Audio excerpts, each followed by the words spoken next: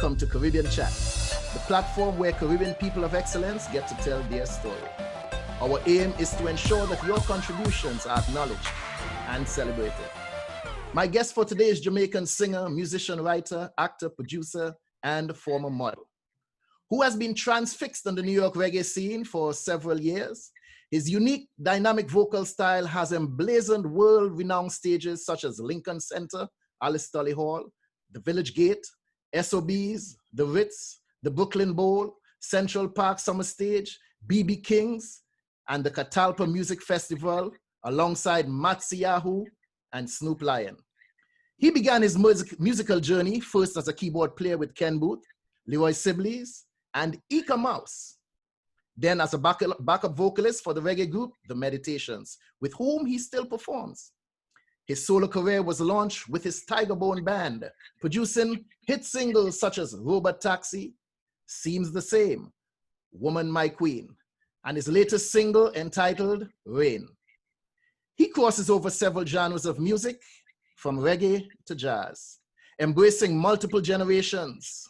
This multifaceted performer cemented himself musically and educationally. He attended Erasmus Hall High School and studied criminal justice at John Jay College in New York City. If his future is as prismatic as his past, we can look forward to an inundation of conscious music. Ladies and gentlemen, put your hands together and help me to welcome one of Jamaica's prodigal sons, Mr. Laury Webb. Yo, man, the way all them words, I was like, yo, I want to know that dude. Do I know him? How are you doing, sir? Yeah, man, big up, man. Big up, long time no see. It's been a pleasure, man. It's been a while I haven't seen you, man. While I haven't spoken to you. Yeah, well, you know, you give up New York, you know. Well, yes, I had to make a clean break from New York City, but wherever I am, you'll be able to find me. There you go, still a New Yorker at heart. At heart, yes, sir. But before we begin, Laurie, I want to go back to the modeling days. 1988, somewhere around there. I remember I was doing a fashion show in Brooklyn for Lloyd's of London. You remember that fashion show? That's where we met. Yes, a fashion show for Lloyd's of London. Now, at that time, I had just started my entertainment career for a couple of years. And here I am doing this fashion show, and I felt a little privileged being the only Rasta man, so to speak, in a fashion show between all these beautiful ladies. And right before the fashion show, they brought you along and say, well, you're going to have another dread be joining you in the fashion show. And you showed up trying to steal my shine, man.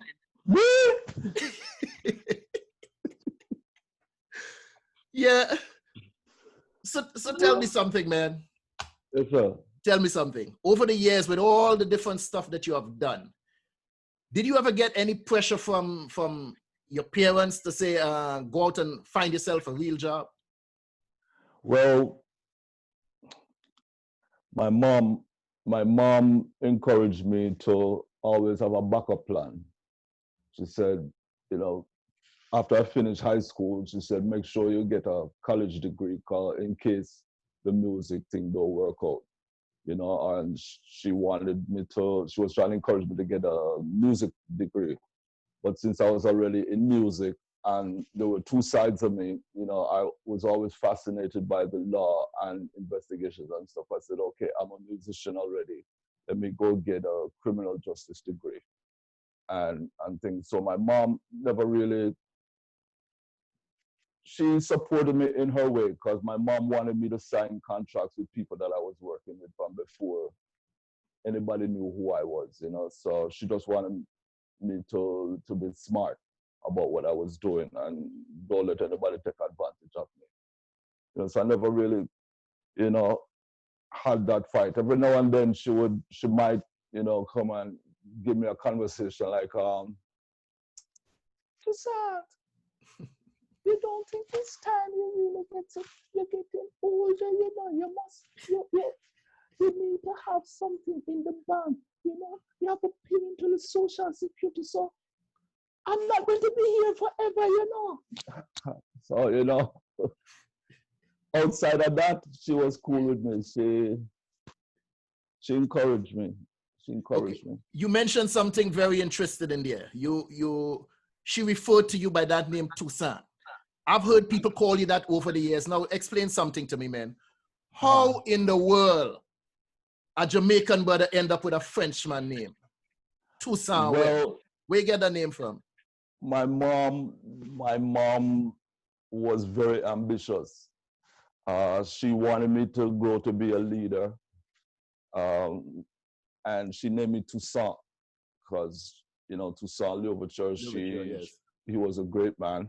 And she wanted me in the fashion business, so she named me after Yves Saint Laurent. That's where Laury comes from. So it's Toussaint Saint Laurent Webb. If my father had his way, it would have been Toussaint Saint Laurent. But thankfully, my mom had her way and can dash with the Caesar part. The Caesar part. So Yeah. what exactly the French translation, what does that mean in English? Well, I never investigated it, but I would think it would have something to do with saint. With saint. Okay, Yeah. so you mentioned your father. Could you tell me, did he play an important part in your upbringing? Yeah, he did. And it was bittersweet because he was also a cautionary tale. But he, you know, in his frailties and human faults, he taught us about family, you know, and perseverance by his example, because he had a lot of obstacles in his way, and he would always tell us that it don't matter how much time you fall down, you know, as long as you pick yourself up and you rise, you know. So by example, you know, with everything that he did, because even in his most troubled times, you know, he would impart wisdom. You know, the things that I know now, I wish I knew back then. I think it would have made our relationship that much, you know, could have been that much more, you know, but that's where we're going to. So did you use any of those lessons that you learned in the rearing of your own children? Yeah, I instilled two principles in them, two out of many. I really drilled hard. I told them, one, do not ever lie to me, because if you lie to me, I can't trust you. I told him, I says, no matter what it is, you know, I will love you. Just don't lie to me. And the second thing was, whatever you do, come and tell me first. Don't make your mother have to call me. Just what? You know what you pick me up? I don't want to hear that. Better you call me first. I don't want your mother call me. I don't want your grandmother call me. If something, you know, something go down, call me, give me a heads up so I know how for, you know, when to shut down my phone and everything. So tell me something. I know you performing in New York, basically in New York. That's where we met, and that's where I've known you performing. One of your singles, which was the first exposure for me with your music, Robot Taxi. Now, being a national of Trinidad, I'm an individual. I like to research things because I don't want to be out on the street talking and then you don't know where you chat about, right? So when I first heard Robot Taxi, I went and I researched what is a robot taxi, and I found out that that's what they call like the dollar cabs and the dollar vans in England. Okay, so I always thought that you had some sort of English extraction, you know. So what made you sing a title like Robot Taxi, which didn't relate to the people in New York City? Well, it actually did, you know. It was in Jamaica, they call the minivan the robot, you know, back in them times. And at that particular time, they used to have the cars running up and down Church Avenue. It was mainly Church Avenue and first Utica Avenue and things. And Flatbush. And out in Queens, they had a 15-passenger van. This was before things were regulated. And I decided to do the song as a tribute to a friend of mine and Lloyd Cross. Wayne.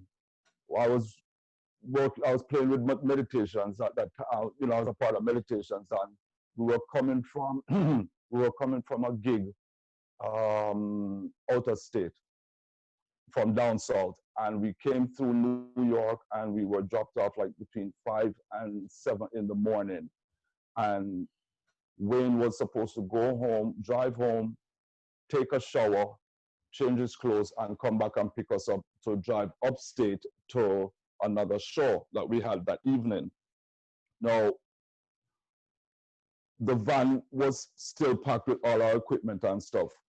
So, you know, 11 o'clock, we can't see Wayne, we can't hear nothing. We can't hear nothing. 3 o'clock, we can't hear nothing. 4 o'clock, we can't hear nothing. You know, up in the evening, we'll get to find out, I think through Laury, that Wayne was in Kings County undergoing brain surgery, brain operation. There's police reports so that they found him outside his van with the engine still running, and he was foaming at the mouth. You know. What year was this? You remember? I don't even remember. But the story sort of sounds familiar. It's familiar to me. That's yeah. Well, you know, you mustn't hear about Wayne, because Laury talked about Wayne.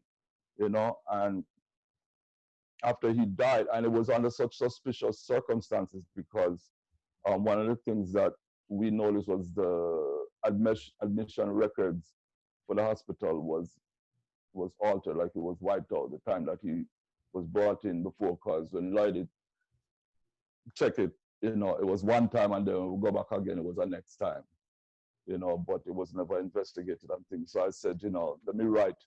I want to do a song for Wayne. So I did Robot Taxi, and I was coming off an adventurous meditations tour where there was some, you know, several episodes with Tiger Bone wine and things. So I come back and say, yeah, that's a powerful drink. So I come back and I said, again, the Robot Taxi for Wayne. And it's the Tiger Bone band.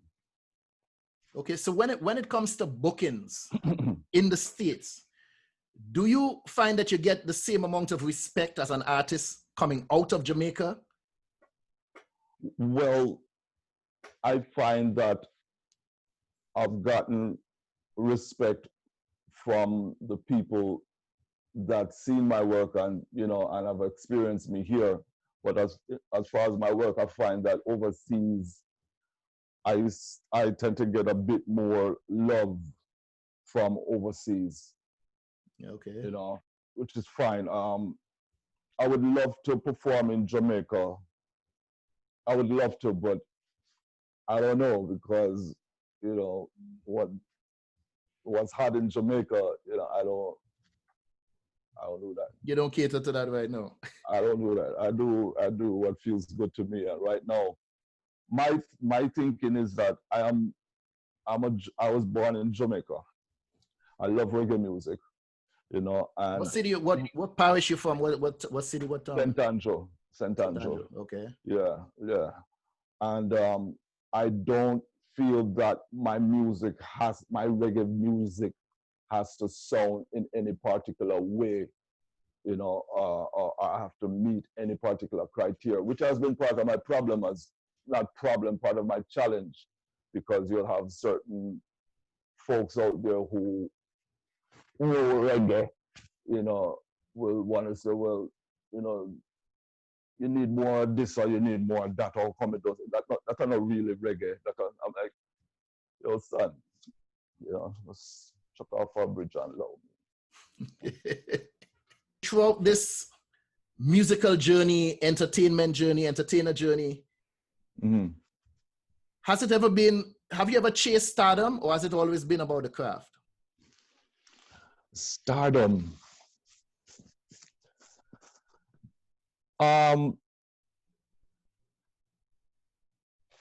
As long I used to entertain this feeling of wanting to be appreciated or understood, but it led to too many disappointment and hurt feelings. So, and the stardom thing,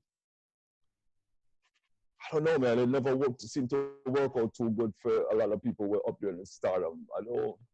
I don't think I could handle all of that. I never went for that.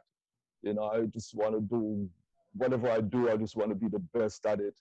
And, you know, if I can influence someone in a positive manner, they can get something out of it, you know, that's wonderful. You know, what the stardom thing is not what motivates me. You know, I just try to do good, lasting work, you know, not just something that can be appreciated today because, you know, I released Woman My Queen. Woman My Queen was the B-side of Robot Taxi, right? And to this day, Woman My Queen is doing good overseas, you know? So I feel good about it. That makes me feel proud and honored. That's something that I did way back then. You know, some people found, you know, it touched them, you know, and that's my reward. You know, the stardom thing, I don't really, it's too complicated, too much under the spotlight and a microscope. And now I'm in the stardom thing. I want to be able to make a comfortable living so I can take care of myself and my family and just keep. But once you're out there in the public light, you know, you will have haters. You will have people who come against you, speak out against you. So along your journey, did you ever have to prove anybody wrong? Well, all the time, you know, because with, you know, first of all, even modeling, you know, it at the time when I started modeling, I remember there was only one other us was modeling at the time, doing anything, and that was David Kennedy, but he was doing print work, you know. No, well, there was more than one, you know. Yeah, but I know, but because I was out there. I was out there at the same time. So I had met you at that time. I knew of David. Yes, I think I'm familiar with the guy. He did I saw him in a few magazines and whatnot. Right, and then right, you went right, on to do a cover. I saw you on the cover of a particular, I can't remember the name right now. Black Elegance, BE. Yeah. Okay, right. So even doing them things, you know, I used to get a fight, you know, because used to say, you know, fashion dread. Well, that too, but you know, man who in a certain line of work must be inclined or have a certain persuasion. And you know, I grew up in a household that had strong women, so I was the most macho man out there. Anyway, you know, so it was weird having, you know, people think certain things, and then when I started singing, you know, the voice, you know, wasn't what they were used to, you know, or they felt that, well, you know, it was just, you know, I'm at a stage right now where, you know, I'm comfortable. You know, I am who I am. My voice is what it is. And I'm not going to be this person. I'm not going to sound like that person. People, not everybody's going to like me. I understand that now, you know, and that's fine. That's okay. As long as you don't get in my way, you know, but, you know, I can deal with that much better now. So was there ever a point in time where you felt like quitting? Well, there was a time when I stopped performing live, and because I'd lost the business of the business part of the music game, wore me out and burnt me out. I lost respect for it. I lost the zeal, you know. So what I started doing for a couple of years, I got involved in a jam session, where, you know, I started playing drums, and, you know, different people came in and they played other instruments from what they were used to, and we would just go out and perform live, and, you know, we had different projects come out of it, and I regained the zest for going back out again, you know, and then, you know, I'm back out with meditations now, and, you know, doing my own thing again, and, you know, so. Yeah, but tell me, why is it you never give up though? Well, that's could be laziness.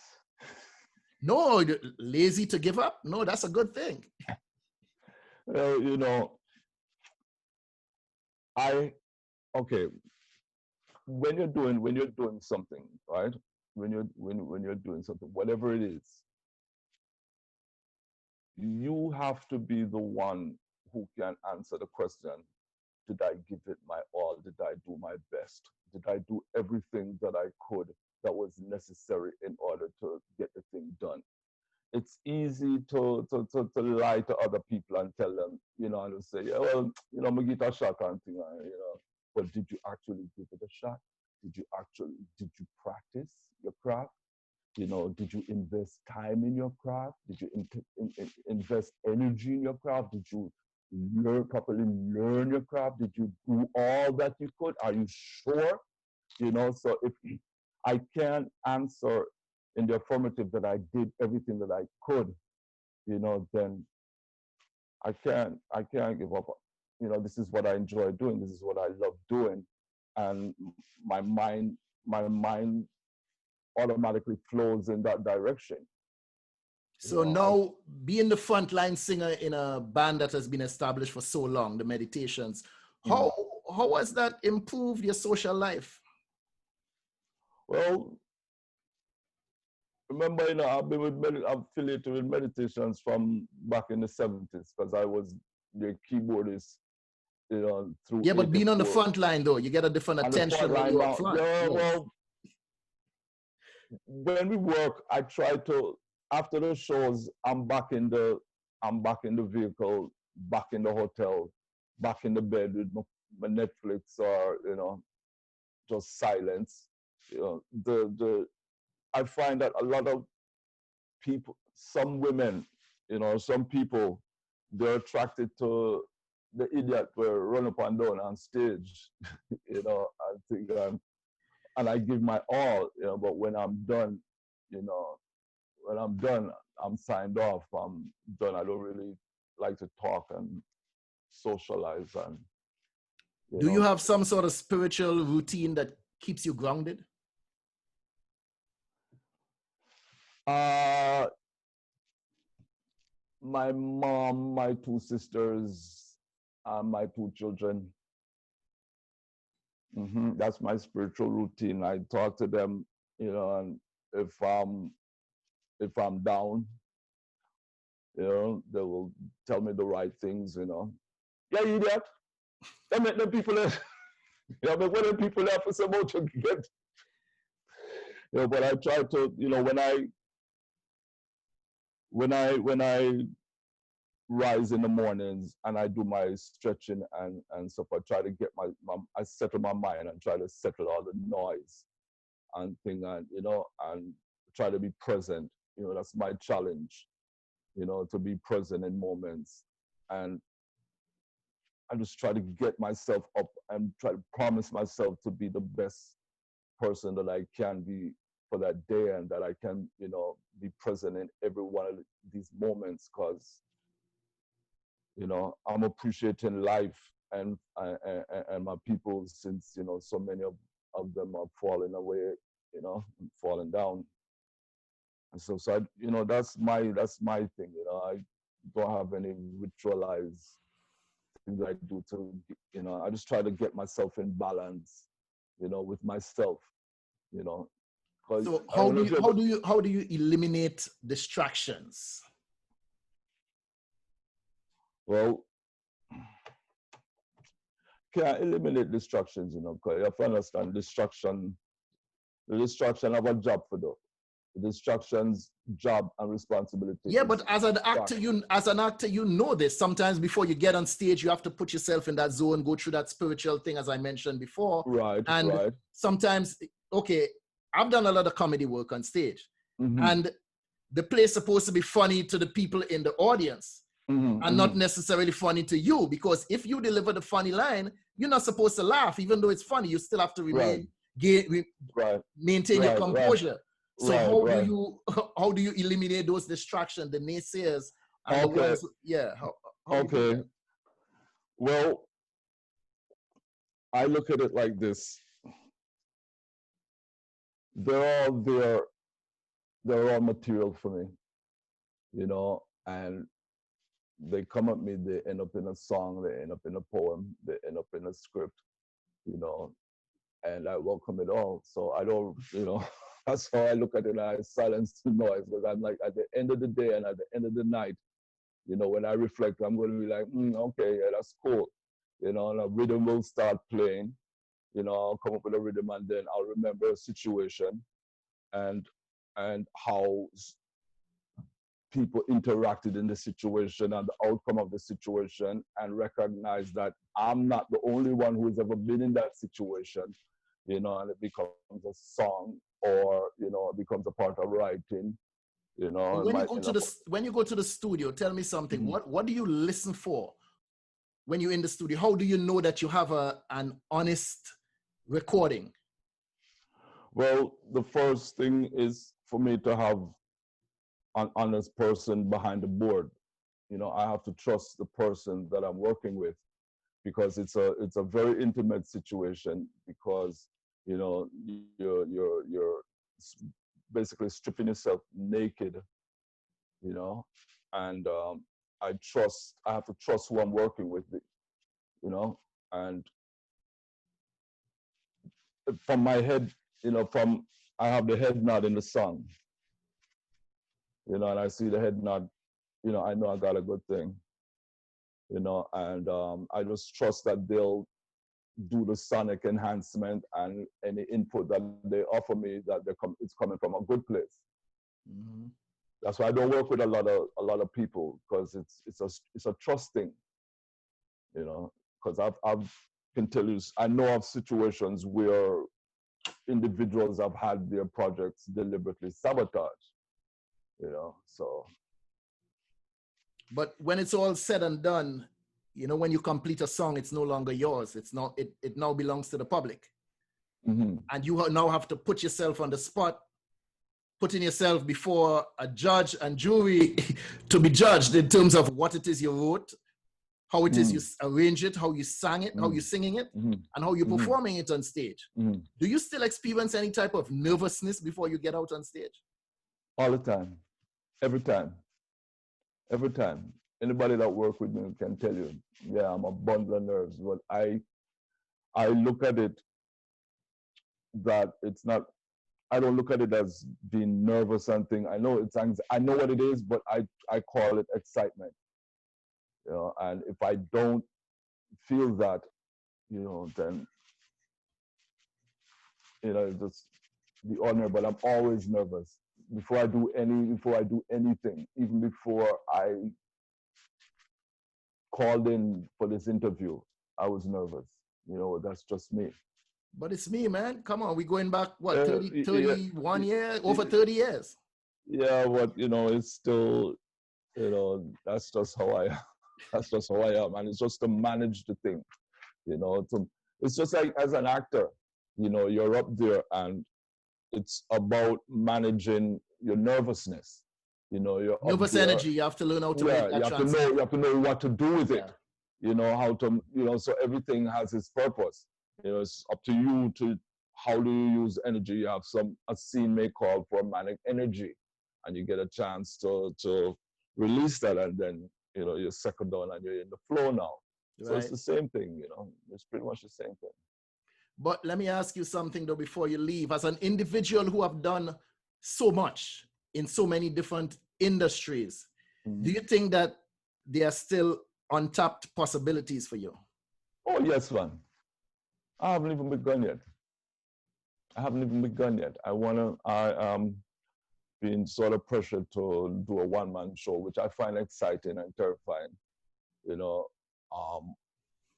And I have material that I'm working on, and there are artists that I would like to finish producing their works and get them out there, because they're worthy and deserving. And, you know, if I have an opportunity to do something for them, I'm going to do it. So there's a lot more work to be done. I haven't even begun to scratch the surface yet. I do. I love that. I love the sound of that. So this brings us to a part of the show that I like to call rapid fire. So yeah, I want to ask you a couple questions, and you know, there's this game that the children play, no hesitation, no concentration. I just want you to give me an answer off the top of your head. Don't sit there and think about it for too long. Okay. Who's your favorite reggae artist of all time? Ken Booth. Ken Booth. If you had to pick the brain of one celebrity, past or present, who would it be? Prince. If you had the opportunity to spend an entire day with one public figure, past or present, who would it be? George Washington. Who's your favorite entertainer of all time? Winston Watson. Before you leave, Laury, please tell the viewers where they can find you. Well, I'm on Facebook. Just type in Laury Webb, LAURYWEBB. You find me there. I'm on Instagram at Laury Webb. At Skype, Laury Webb, # Laury Webb. And I'm on Spotify. I'm on all the platforms. Just choose one: iTunes, Pandora. Anyone, you just put in Laury Webb and I'll be there. Just like one of my songs, I'll be there. Thank you so much, Laury, for joining us on Caribbean Chat. Please remember, like us on Facebook, follow us on Instagram, and be sure that you subscribe to the YouTube channel, Caribbean Chat. Thank you so much for joining us. We're out. Peace. Yes, sir.